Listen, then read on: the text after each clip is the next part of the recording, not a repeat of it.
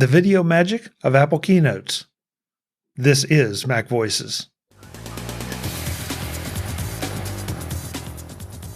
Today's edition of Mac Voices is supported by MacVoices Magazine, our free Flipboard magazine that brings you some of the best Mac, iPhone, and iPad productivity tips on the web. High in signal, low in noise, just like Mac Voices, MacVoices Magazine includes information on how you can get more out of your Apple technology. Subscribe at macvoices.com/magazine or search for MacVoices Magazine on Flipboard. Welcome to Mac Voices. This is the talk of the Apple community, and I'm Chuck Joyner. The Mac Voices Live panel takes a look at what makes some of the Apple Keynote videos extra special. We talk about what's happening at Reddit on both sides of the fight that is going on there, and more. Let's go back and let the panel do the talking. Brian, listen, I'm sorry, we still are going on this, but Brian brings up a really good point. Brian, you want to say that because I'm anxious to see if anybody here has experimented with any of the options that are out there. Yeah, my 27-inch iMac is doing well, but down the road when it's time to replace it, if the monitor is still working, it's a great 5K monitor. It seems silly to discard it or recycle it when such a good monitor is there. But my understanding is for the last several years, you haven't been able to turn it into just a monitor and use it for that capability. So there's YouTubers that show how to do it. It's not trivial. It's quite a hack. But it can be done, but it's pretty extensive. Well, but has anybody played with, what is it? I think it's Duet. Do I have that right? Duet Display, right? Yeah, Duet Display, I use it. It's awesome. Yeah. I mean, how much, the obvious questions, how much lag is there? Is it usable for video, or is it more a second monitor that you would mount static images or static information in? It's usable, but that iMac is going to have to be operational. I mean, you still have to use the operating system in order to access the monitor. Whereas we're talking about a direct connection. It isn't a direct connection. Okay. Whatever speed that old iMac is, that's the speed that's going to be a rate limiting step. Right. Okay. Even just mirroring. All right. Well, good discussion. Good discussion. I don't know if we solved anything. I have one more thing to add in. I'm please. Sorry. No, go, Jeff. Which company did Apple just start doing some cross promotion with? The display company. I believe it was LG. LG, right? For the Apple TV. Yeah. So, maybe if you're looking for bigger displays than what Apple's making, maybe Apple is going to do some sort of partnership with LG.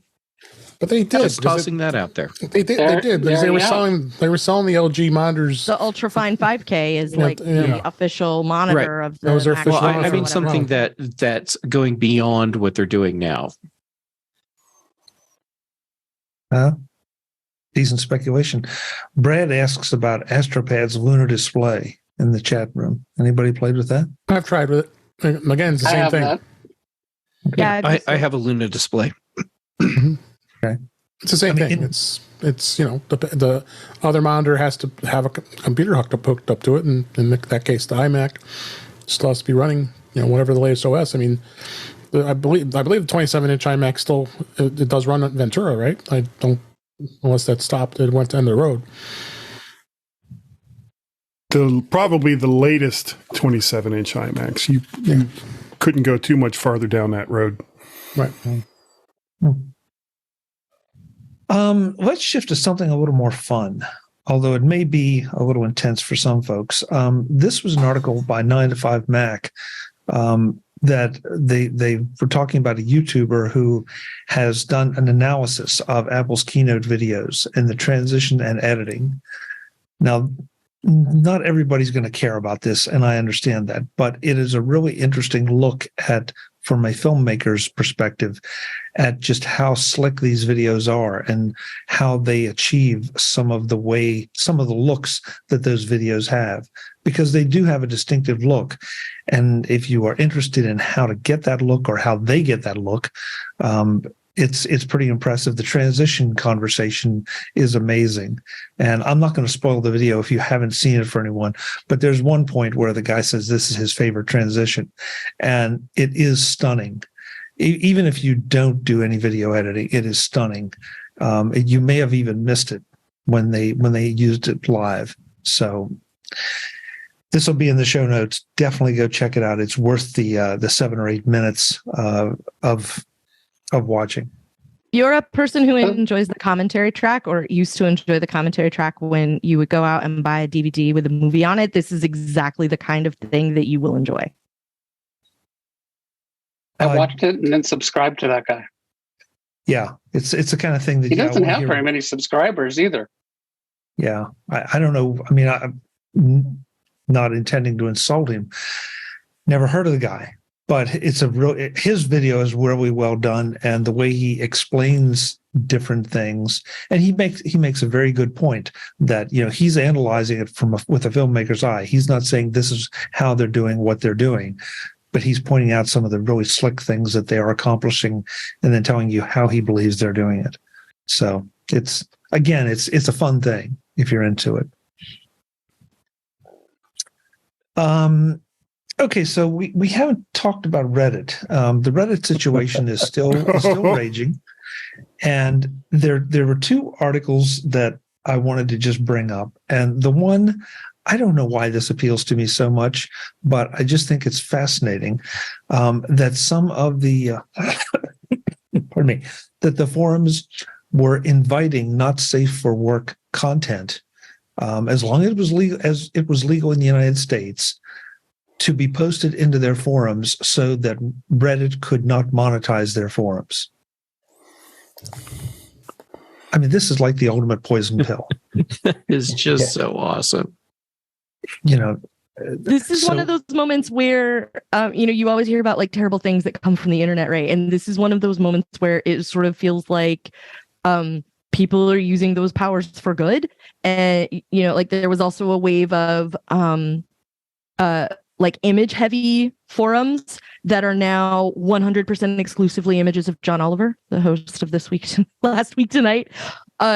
These are the kinds of things like, somebody immediately spun up a script so that you could go replace every post you ever put on Reddit with a bunch of gibberish, so that you are poisoning the data sets, because one of the things Reddit has come out and said is that they want to monetize all of the data that everyone has contributed to Reddit over the years. And so someone else was like, hold my beer, and spun up this poison pill. So anybody can go back through their Reddit history of everything they've ever posted to Reddit and go turn it all into garbage. And these are the kinds of things that it's sort of fun to watch, because they're all standing up for their own communities and all of that. And the thing that there's 2 things I think that get lost in a lot of the conversation about what's happening with Reddit. And one of those things is that none of the developers said they wouldn't pay. None of the developers said they felt they were entitled to get to do the things that they do as third-party developers. And they never said that they were mad about being charged. They never said they felt entitled or anything like that. It was always just, they said it was going to happen, and then they never told us what it was going to cost. And then they gave us these ridiculous numbers and said, you have a month, and that was it.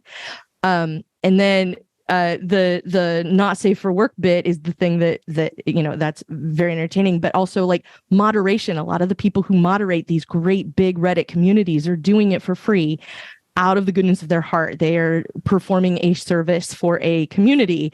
And those folks were the people who needed the third-party tools. And then Reddit came out and basically said, if if the moderators don't like it, we will remove the moderators and we will install new moderators who will do what we want them to do and make these forums public again, because we're tired of you protesting. We said it was fine for you to protest, but we don't like the way you're doing it. So we're going to just, knock your legs out from under you. And so watching people fight back and do exactly what Reddit has always done, for good or ill, and watching it be really entertaining has been a lot of fun. Like every time I see that there's a new wave of Reddit based headlines, I go make popcorn and then come back and sit down and read.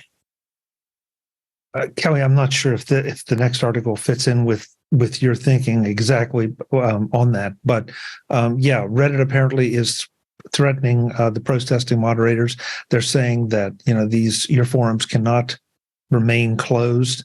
That once you back open, I think there are some that they've tried to remove whole panels of moderators, and so it really just seems to be a dumb move for a company that's looking to do an IPO. And it keeps being bad. That's the thing, is like everybody went, how could Reddit do this to their users? And if you just keep remembering they have an IPO breathing down their necks, and that they have come out and said, we want to monetize based on all the data that we have across all of Reddit, and we want to sell that to people who are making large language models. We want to be able to mine that data and be able to make money off of all that data, and we want to monetize that data. And so when people are baffled by Reddit, if you remember one of those two things, they're trying to monetize all the data that they have their hands on now, and they have an IPO breathing down their necks. Everything they're doing makes a lot more sense. Jeff, you said you have an opinion on how this played out. Oh, no, not on this. Oh, on the next one? On the next one. Okay, well, there's one more before the next one. So, or the one then I misinterpreted your comment. That's all right. What I will tell you is you would think they would have learned watching how other social platforms have managed to really piss off their user base and have alienated users and driven users away. And then Reddit shows up and they're like, you think you mastered that? Watch this. Hey, Mark Fuccio has to cut out. So Mark, thank you. I wanted to definitely get a chance to say thank you for being here and offering your opinions. Where can folks connect with you if they have questions or comments? Oh, you're muted, sir. Oh, best way to find me is at Twitter at MarkFuccio, all lowercase, one word, or similarly at LinkedIn. So great conversation. And I'm sure we'll have more Reddit stuff to talk about next week. This is just scratching the surface. So, okay, now we can do the real show. Okay, so I'm going to throw one more in, and then I'm going to let Brittany and Jeff take it and run with it. But this sort of factors into kind of what we're talking about. We talked, I think it was last week, about Silo, the Apple TV show that's been just killing it, knocking it out of the park. They have just released the first episode of Silo for free on Twitter. Makes sense. All the services. Put it on YouTube instead. I don't know how much I can tell you about my feelings on this without you having to go to After Dark. No, please don't. Please don't. I have many Roy Kent-based words to use about this move. There are so many. There are so many other places they could have put it that are places where people go for long form video.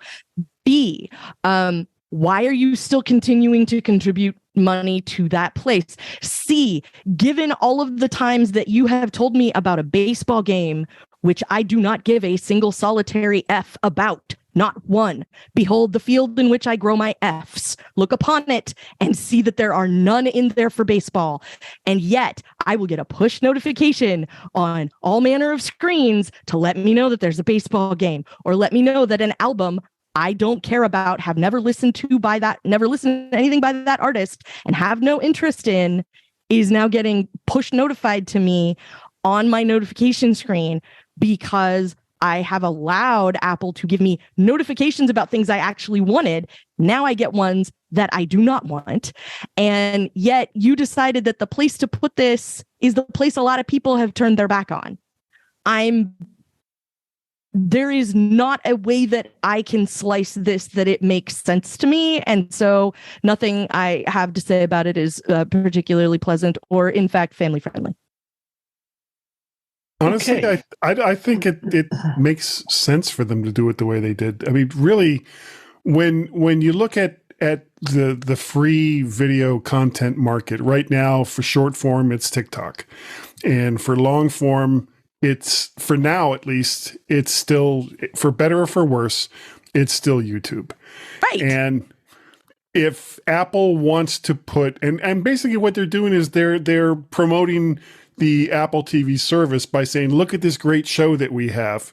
And, lots of people like it. And, you may not have heard of it because you don't subscribe to our services. So here's the first episode of this particular show. And if you like it, come on over and join us here on Apple TV. It's what Paramount Plus should have done with Strange New Worlds, or the animated one, Lower Decks, which is the best. Those are the best two Star Trek shows that are currently out there right now. And the fact that they're doing a crossover just fills me with delight. But putting all that aside, it's so, I can't wait. But putting all that aside, this is basically just another form of advertising for Apple TV and for the shows that they have on Apple TV. And the place to do something like that to get the most traction, for better or for worse, is YouTube. And they didn't put it on YouTube, Guy. And it's on Twitter. Put it on Twitter. Is why I'm baffled. Oh, they put it on Twitter. Oh, that was dumb. Sorry. Everything I just said. Nothing you said is wrong. Never mind. I love it the way you pay attention to things, Guy. To what?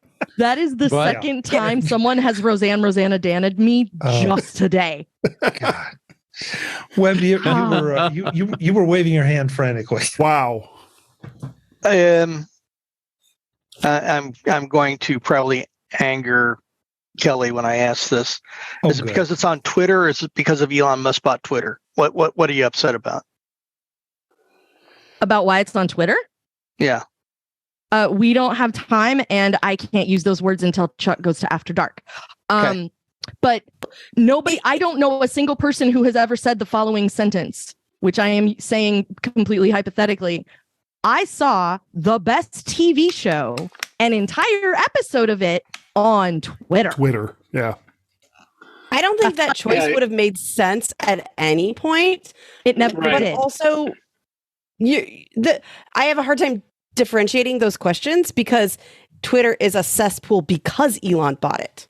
It was a cesspool before. It's just a much bigger one now.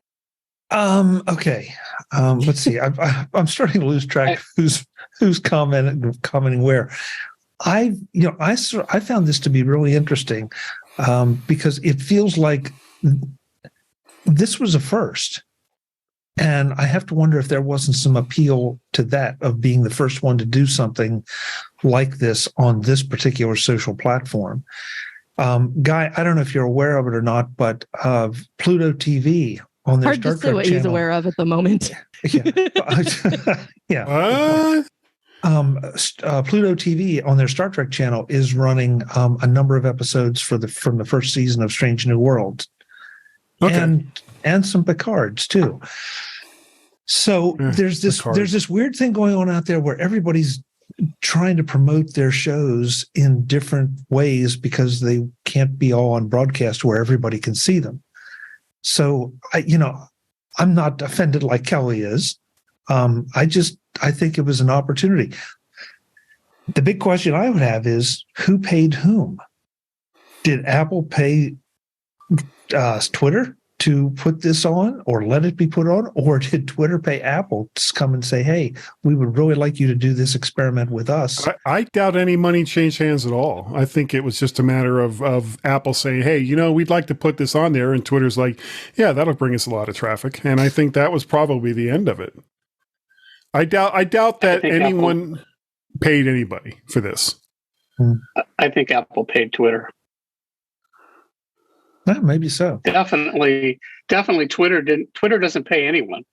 So true. Not even their employees. Let's start there. Not their But they employees, do not their say they'll pay landlords. people. They just Right. don't. I guess it's possible that they might have told Apple they would pay them, but I don't think so.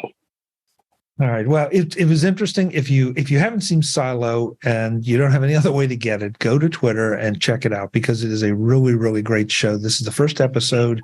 I think we warned folks about this before. You really need to go to the first 2 or 3 episodes to really kind of catch the wave of what's going on, but it's worth the time. Maybe this will help whet your appetite for it. Yeah, I still haven't gotten past that point yet. Do it. Ben in the chat room points out that Pluto is owned by Paramount. So great point, Ben. Yeah. Okay, Brittany, you get the last story because you seem to want to witness violence. Under the right circumstance. I mean, few things have made me more ecstatic than the idea of Zuckerberg and Elon Musk fighting each other. Cage match, yeah. Because no matter who gets knocked out, everybody wins. Everyone wins. They're both going to take a punch. So I'm stoked. I told my husband I'd watch it, who loves watching UFC and stuff. Big time wrestling. And I was like, I will go. We will watch it. It'll be awesome. Yeah. I'm just wow. Look at all the faces of this panel. They're just I already committed to make popcorn and go to Brittany's so we could watch. So I mean, it's a done deal. Yeah. Oh, it's a thing. It's happening. Well, I mean, if the fight's happening, watching it. What? It's not happening because Elon's mom won't let him do the fight. I am not kidding. Yeah. Moms make great excuses that way. Yeah, I missed that, Jeff. Are you being smart? Or are you serious? No, I'm totally serious. This is 100% legitimate. Yeah. And sad. Here's my surprised face. It's a disappointed face, but it's also not surprised. Wah, wah. My shocked face. Let me show you it. Yeah. Okay. Well, so much for that story. Bad. I'm still voting for it, though. Can I vote for it? Oh, I would for it. I would love to see that happen. I mean, I would have loved to have seen like an in-person thing, where it's like Musk walks up in the coffee shop to Zuckerberg. And he's like, hey, Zuckel, choose ya. And Zuckerberg looks at him and goes, yeah, okay. And then Musk is running around. I'm going to beat up Zuck. I'm going to beat up the Zuckel. And then his mom hears, and she's like, oh, my little musky boy. No. There will be no fighting. And then he's like, oh, Mom. And that's the end of it. Okay, so if it doesn't really happen, can we make a deep fake version? Oh, we totally can. Okay, good. Okay, there's your project.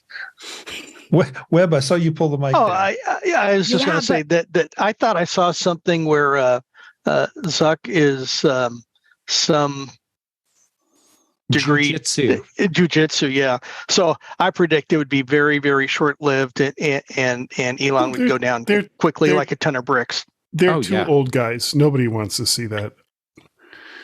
I do. But one of them is slightly older than the other one. We definitely want to see it. So, on that note, this has been a wide and varied discussion here tonight, and thank you all to the chat room for throwing in so many great comments.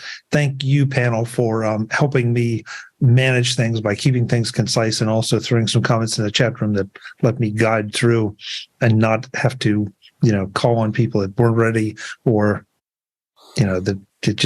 sometimes it gets to be a free for all. Tonight was very, very tight. I liked it. Subdued. Not subdued, Guy, but with my bloodlust. Yeah, really. That's why she has a lightsaber. let's go around the room. That's why I have a red lightsaber, Chuck. A red lightsaber. Oh, good. Is it one of the dual ones? Is it one of the Sith lightsabers? It's a Sith one, but it's a singular. It's Darth Vader's. Kill him. Okay. Do it. Anyway, so I'm going to flip it around. Start with at the bottom of my screen, probably not of yours. Kelly Gamont, thank you for being here. Where can folks find you these days when you're not here? You can find me over on mastodon.social, where I am for so. And you can also find me on I Want My MCU TV. Now that Secret Invasion is airing on Disney Plus, we are going to make a comeback. And we've made a few changes around the place, so you might want to come check that out. And yeah, otherwise you can find me here, and occasionally I'm on a show with some goofball who doesn't have the sense to stop inviting me, and that would be In Touch with iOS. Oh, I thought you was talking about me. Okay. Oh no, I know where that was going. That was a given, Chuck. yeah. Oh, I thank you. I'm talking on your show. We know. Yeah, that one true. went without saying, and yet here we are saying it. But I had to say it. So. Oh man, thank you, Kelly. Thank you. Jeff Gamet, love the new place. Looking forward to see what else you can do with it. But until then, because look, you have a long holiday weekend, so you can put pictures up and plant plants and all that stuff. I'm definitely looking forward to getting art up on the walls. Yeah. So where can people find me? Well, right here in my new studio, soon to be. Even more visually appealing, hopefully. Oops, apparently I have a microphone in my face. All right, so other than that, on social medias, Jay Gamet, everywhere. The places that I am currently active are Mastodon and Instagram. And then the show things. Chuck, you keep letting me come back. And I do appreciate that because I totally get what that does to you. So thank you.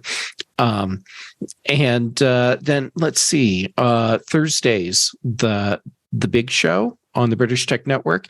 And then Dave, who like Chuck is clearly a saint, or has some sort of penance due, and lets me on In Touch with iOS. So Dave, thank you for that. I thought about it that way. Yeah, see, it's not me, it's them. They're having to pay for something, and I'm the punishment. What did you do? Yeah. Right. Between you and I, Jeff. Yeah, wow. Yeah. Yeah. Let's see. Did I miss anything? Oh, I did. The Mac Show on Fridays, and then the Context Machine with Brian Chaffin. And then other shows along the way when other people feel that they've done something wrong and need to use me as their penance. Thank you, Jeff. Good to have you. Guy Searle. Yes. Who's actually paying attention at this point. Where had to. Don't be too sure about that, Joyner. Yeah. He's gone. You can find me over on the network that his mom won't let him fight as Mac Parrot or Vert Shark. You can also find me over on Counter Social and Mastodon.social also as Mac Parrot. I do the mymac.com podcast almost every single week with Mr. Gazmaz, as well as I believe this Thursday I'm also going to be on In Touch with iOS, unless Dave, of course, comes to his senses. What else? There's Guy's Daily Drive. I've been doing that a lot more often. I had to get a new mount for the car because the old one broke, but it's back and running again. And it's weird. It's still weird that I'm still doing a show in my car while driving to work. And yeah, that's about it. Great. Thanks, Guy. Really appreciate it. The lady with the red lightsaber, Brittany Smith, thank you so much for being here. Where can folks find you? Thanks for having me. It's really hard to know on the internet these days. Now you can find me on my website, conquer.consulting. Sometimes taking place here. And coming up at MacStock, which I'm really excited about. I'm gonna actually see people in person and junk. That's gonna be fun. Yes, it will. Yes, it will. Guy's sad. Oh, sorry, Guy. Sorry. Thanks, Brett. Good to have you. Thanks. Mr. Bixby, thank you so much for being here. Where can folks connect with you? Thank you, Chuck. First of all, of course, at the social network that will go nameless, but WebBixby there. You can also find me at WebBixby at twit.social on Mastodon. Thank you, Web. The guy who's wearing the Web Bixby t-shirt. Oh, no, wait, that's the Web Space Telescope. Sorry. Yeah. Yeah, he's covering it up.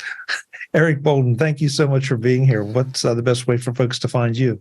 Oh, when I'm not out watering plants, you can find me at EA Bolden at techhub.social. Thank you. And I'm sorry, I forgot. We missed the peach. Yeah, it's a little dry. I have to rehydrate them a little bit.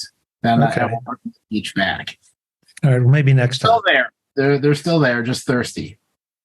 Maybe next time. Jim Ray, thank you for being here. Where can folks connect with you? Well, on the internet at provue.com, PROVUE, and on techhub.social at provuegem at techhub.social. Great. Thanks so much for being here. Brian Flanagan Arthurs, thank you so much for your thoughts on a variety of things tonight. What is the best way for people to get in touch with you? Sure. Thank you again so much for having me. I'm available on Mastodon, mastodon.cloud, Brian8944, and then also Twitter, Brian8944. Love the consistency, Brian. Thank you. You're welcome. Last but absolutely not least, we started with him, we end with him, Mr. David Ginsburg. David, thanks for being here. What's the best way for folks to find you, as if you didn't have your minions already tell them a whole lot? Well, thanks for having me. Yes, In Touch with iOS and intouchwithios.com. YouTube channel is youtube.com/intouchwithios. Yes, please come to check out MacStock. It's coming in 27 days. I can't believe it. There's still some virtual tickets left, so come see us.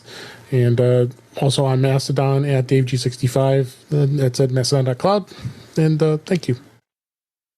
Thank you, David. Folks, I'm Chuck Joyner. This is MacVoices Live. We do this Tuesday nights, 8 p.m. Eastern, 5 p.m. Pacific, whatever time that is, wherever you are. We'd love to have you join us in the chat room. And again, I want to thank the chat room for being here and for all their commentary, because the world just seems to get crazier by the day. Boy. Until then, yeah. I'd like to think I've contributed. Oh, yes, no question. You did the good crazy. Yeah. And we appreciate it. You're welcome. Is there bad crazy? Yeah, I guess there's bad crazy. Oh, yeah. Big Boy, time. howdy. Florida man, Chuck. Thank you for watching. This is MacVoices Live. See you next time. Visit MacVoices.com for show notes and to connect with Chuck on social media. Get involved in our Facebook group or like our Facebook page, and get more out of your Apple tech with MacVoices Magazine, free on Flipboard and on the web. And if you find value in it all, consider supporting us through either our Patreon campaign at patreon.com/MacVoices, or by making a one-time donation via the PayPal link on our front page and in the show notes of each episode. You will join these fine people who help bring you Mac Voices.